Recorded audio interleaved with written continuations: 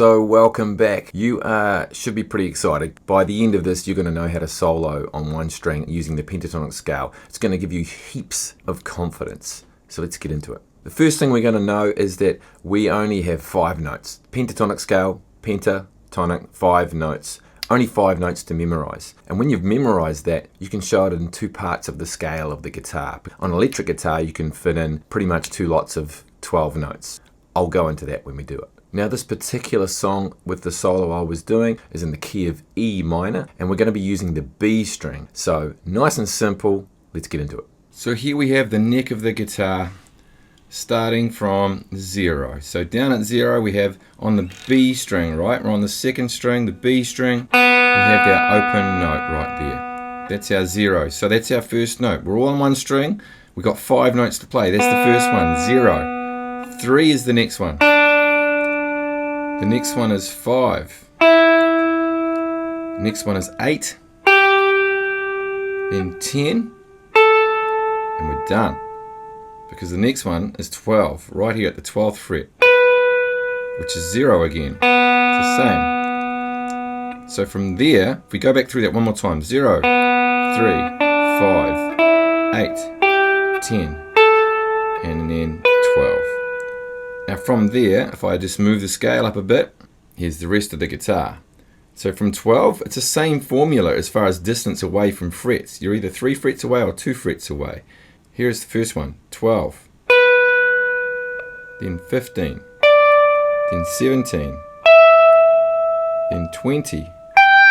And in this case, I've got 22 frets, so I can go to the next one, or I can bend to that note. And so that 12 correlates with the 0, 15 is the same as 3, 17, etc. You can sort of see that gap. Now everything's made up of either 3 frets or 2 frets. So let's go back through it again. First distance, we've got a 3 fret gap, then a 2 fret, then a 4 fret, then 2 frets, and then 2 frets again. And that formula is the same for every single string. It's the same thing. Like we started on a 0 there, the same note. Here I am again. So I went 3, 2, 3, 2, 2, right? So here I am at the first note. So there's 3, 2, 3, 2, 2. You can kind of see how that thing happens. Alright, so now it's time to apply this. We need to apply this, make this real. So we want to do that by putting on our backing track or having something to play along with, or even just a drone of that E minor or that E, so that you can play along with that. And then I like backing tracks because you get to actually experiment and be creative. And we're here to play music, right? We're not just playing scales. And if we just stick within the first 12 frets to begin with, we can experiment, right? So the song would start and then we and we might do some slides.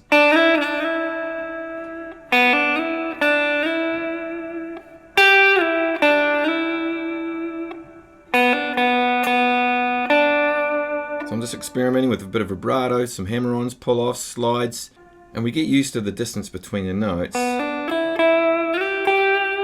I'm trying to make it musical with the backing track if I'm playing along with one. And then once we get used to that, we get to the 12th fret, we pretty much have that whole thing now. And we can kind of walk through our notes in a linear way.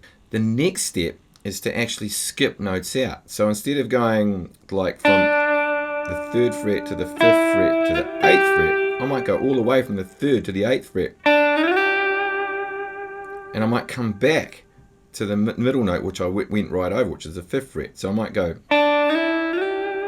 or I might go, which is more like what I'm talking about there. Or I might do the opposite. I might go from that kind of option. So quite interesting ways of doing it. And then when you add that in, you really start getting some interesting stuff happening.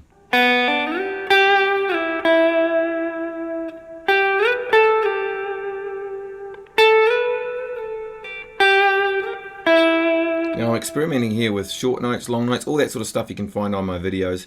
And that gives you a real brief introduction on how to do that. Now once you've done that to the 12th fret, you simply move up from the 12th fret on and learn that part as well. And then you've got that whole string going on. I think you get the concept based on that. What I think you should do right now is just get on with it. Alright, so now you have enough information to have a lot of fun playing with one string using the pentatonic shape, E minor, B string. Now of course there are many other ways to play this. Now if you look at the rest of this video, there's some inspiring stuff of me playing that same concept, same string. It might give you some ideas. And for my Patreon people, I'm going to be putting some tabs down, and I'm going to be putting some extra material, and I'm going to be following and doing all the other strings just for you guys. In the meantime, enjoy.